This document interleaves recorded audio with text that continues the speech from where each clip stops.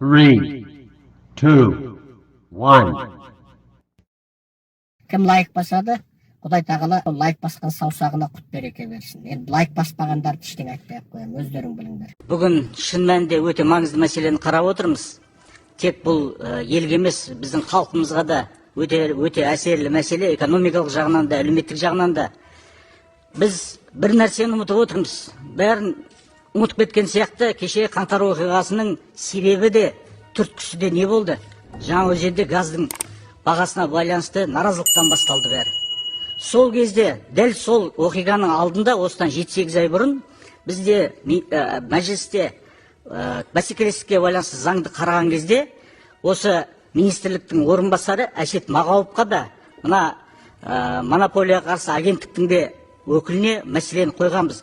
Газдың бағасын бақылау керек.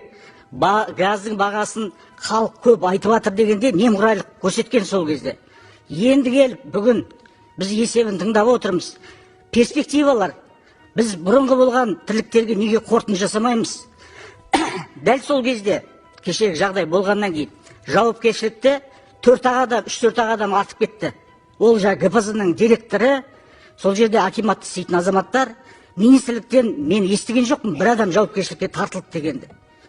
Ол ары қарай біз қалай бұл саланы бақылаймыз? Бұл министрлік қалай бақылайды бұл саланы? Біз кеше қаңтар оқиғасына дейін жеткізген мәселені бір ауыз айтылған жоқ бүгін. Қандай қорытынды болды одан? Елде не болып жатыр? Халықтың қазір сұрап отқан мәселесі осы. Бүгінгі көтерілген министрлік тарапынан мәселе тек осы тарифке байланысты болды. Біз өзіндік бағадан төмен сатып жатырмыз дейді. Сол кезде қайда болды? Баға 3 есе кетіп қалған кезде, 120 теңгеден сатылған кезде сұйытылған газ.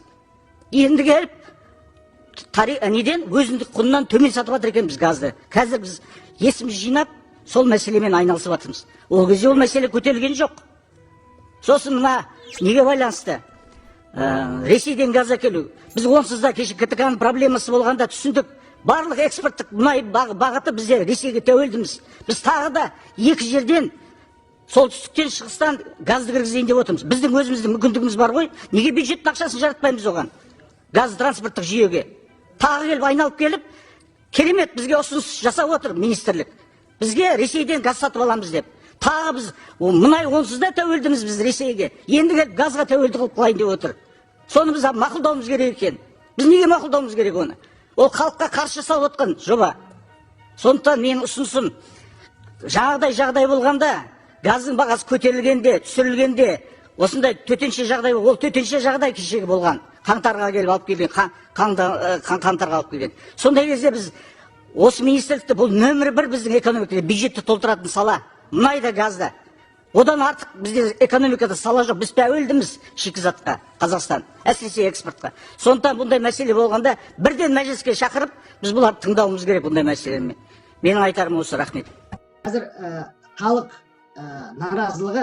наразылығы әбден былай шектен шықты. Бірақ халық тағы да сол өткен жылғы қаңтар айындағы қантөгістен кейін кішкене сескеніп отыр. Бірақ халықтың ашу ызасы шектен шығып барады. Егер сол өткен жылғы қаңтардағыда бір кішкентай түрткі болса, бір сіріңкенің ұшындай ғана ұшқын болса, халық қайтадан көшеге шығуы әбден мүмкін. Байқасам, билік соны өзі байқамай сол халықтың наразылығын қайта қоздырып отыр, түрткілеп отыр. Ол бар. Екіншіден, осыған дейін біз білеміз, қаншама белсенді азаматтарды әлеуметтік араздық туғызып түрмеге жапты. Байқасақ, осы әлеуметтік араздықты ең алдымен биліктің өзі туғызып отыр. Биліктің өзі, мысалы, депутатқа үміткерлерді мынау біздікі, мынау бізге қарама-қарсы деп қоғамды жікке бөліп отыр. Сондықтан биліктің өзін сол әлеуметтік араздықты қоздырып отыр деп биліктің өзін сотқа беруге болар еді.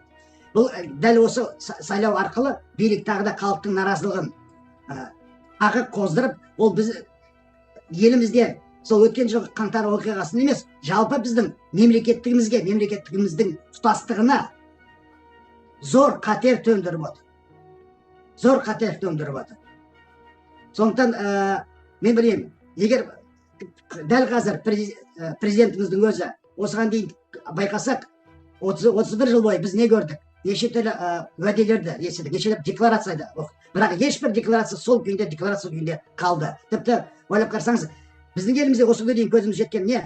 Конституция бұл бір өз алдына биліктің жыртығын жаматын бір құр жама болып қалған.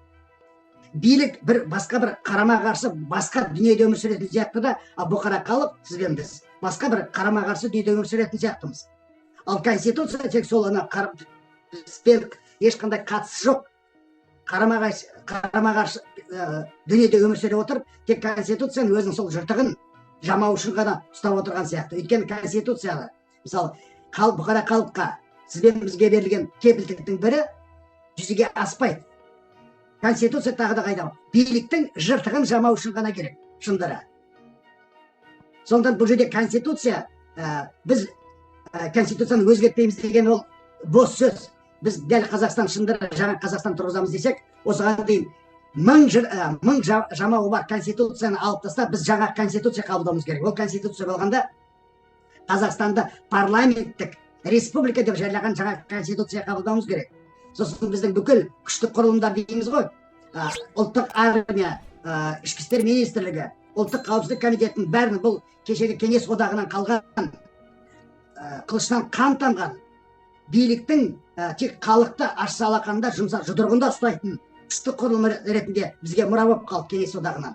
Сондықтан біз ана Гүржістандағы сияқты, Грузиядағы сияқты біздің бүкіл күштік мекемелеріміздің бәрін тізеге салып тұрып қайта құруымыз керек. Барлық күштік құрылым тек халықты қорғауға тиіс, қоғамды қорғауға тиіс, биліктің сұмдығын, алаяқтығын, заңсыздығын қорғайтын емес.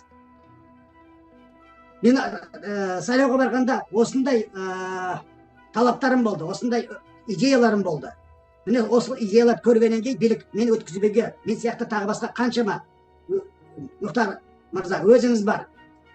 Оралдағы Лұқпан Ахмадияр бар. Алматыда тағы басқа біздің тәуелсіз үміткерлеріміз бар. Жүрегі елім деп соққан. Соларды неге қасақана өткізбеген себебі міне осында. Өйткені олардың талабы біз жаңа Қазақстан тұрғызамыз десек, бұл Тоқаевтың көтерген идеясы. Сол Тоқаевтың көтерген идеясын жүзеге асыру үшін бара жатқан біз үміткерлер едік. Бірақ бізді өткізбеді. Яғни Тоқаев та өзіне кезінде билікті қолынан тапсырған тұңғыш президент Нұрсұлтан Назарбаевтың айтқанда жай саяси мұрагер емес, оның моральдық та бұл халықтың мұрагері болып отыр. Мысалы, Конституция өткен жылы жазға енгізілген өзгерістерден кейін ол айтып еді, бұл реформалардың тек бастауы ғана. Енді біз күшті президент, ықпалды парламент және есеп беруші үкімет деген тезисі ол әшейін бос сөз. Өйткені бұл мәлімдеменің астарында ешқандай конституциялық негіз жоқ, конституциялық арқау жоқ. Қазір егер сізбен біз парламентке өткен күннің өзінде де ол парламенттің ешкімнің алдында, не президенттің, не атқарушы үкіметтің алдында ешқандай ықпалы болмайды. Өйткені ол конституция көрсетілмеген. Бұл әшейін жай далбаса. Біз осындай жай далбасаға, бос құр сөзге, бос декларацияға 31 жылда әбден тойғанбыз.